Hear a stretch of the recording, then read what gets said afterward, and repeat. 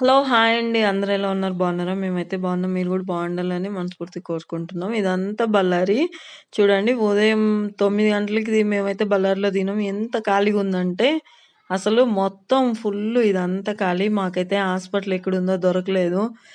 ఇక్కడ మా ఆయనైతే గొంతులు గొంతులు తిప్పుతా ఉన్నాడు. నాకైతే నడసలేక కాళ్ళైతే నొప్పులొచ్చినాయి. ఇదేందబ్బా ఇట్ట తిప్పుతుండు అనుకున్నా. నాకు రూట్ తెలుసు, అది తెలుసు అన్నాడు. సర్లే అన్నా.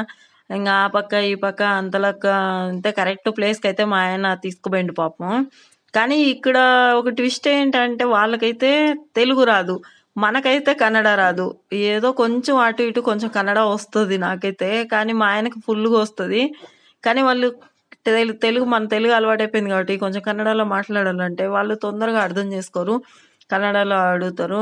నాకేమో అసలు కన్నడలో మాట్లాడాలంటే గబగబా మాట్లాడాలంటే కొంచెం తడబడతాను. కొంచెం అలవాటయిపోయేంత వరకు. అంతలోకి ఇంక మా మామ వచ్చిండు ఇక్కడికి. ఈయనైతే కరెక్ట్ ప్లేస్‌కైతే తీసుకుపోయిండు. అద్దం ముందు కవర్ పట్టుకొని, ఈ పక్క టవలేసుకొని మెడలో ఓ పంచె కట్టుకొని, షర్టేసుకొని ఎళ్తున్నాడు చూడు ఆయనే మా మామ.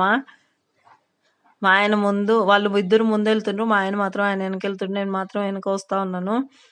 ఇంక పాపం ఉత్త చేతులతో ఏం పోతావని నేనైతే ఒక కిలో యాపిల్ తీసుకొని హాస్పిటల్‌కి అయితే పోయినాము. ఇక్కడ చూడు బ్లాక్ షర్ట్ ఏసుకున్నాను. హాస్పిటల్ పోయి నుంచి వస్తుంటే పాపం అన్న ఎవరో గాని కరెక్ట్ అన్నం టయానికి వినాయకుడి గుడి దగ్గర అయితే అన్నం పెడుతుండ్రు. తిందురు రండమ్మా అని పెట్టిండు. పాపం ఈ అన్న మాత్రం అసలు ఏనుకున్నాము ఇంతమంది జనంలో పాపం అన్న ఎవరో మాకు తెలీదు. అయినా కూడా పాపం పిలిసి అన్నం పెట్టించిండు మాకైతే. అసలు ఆ అన్న చాలా మంచోడు అనిపించింది.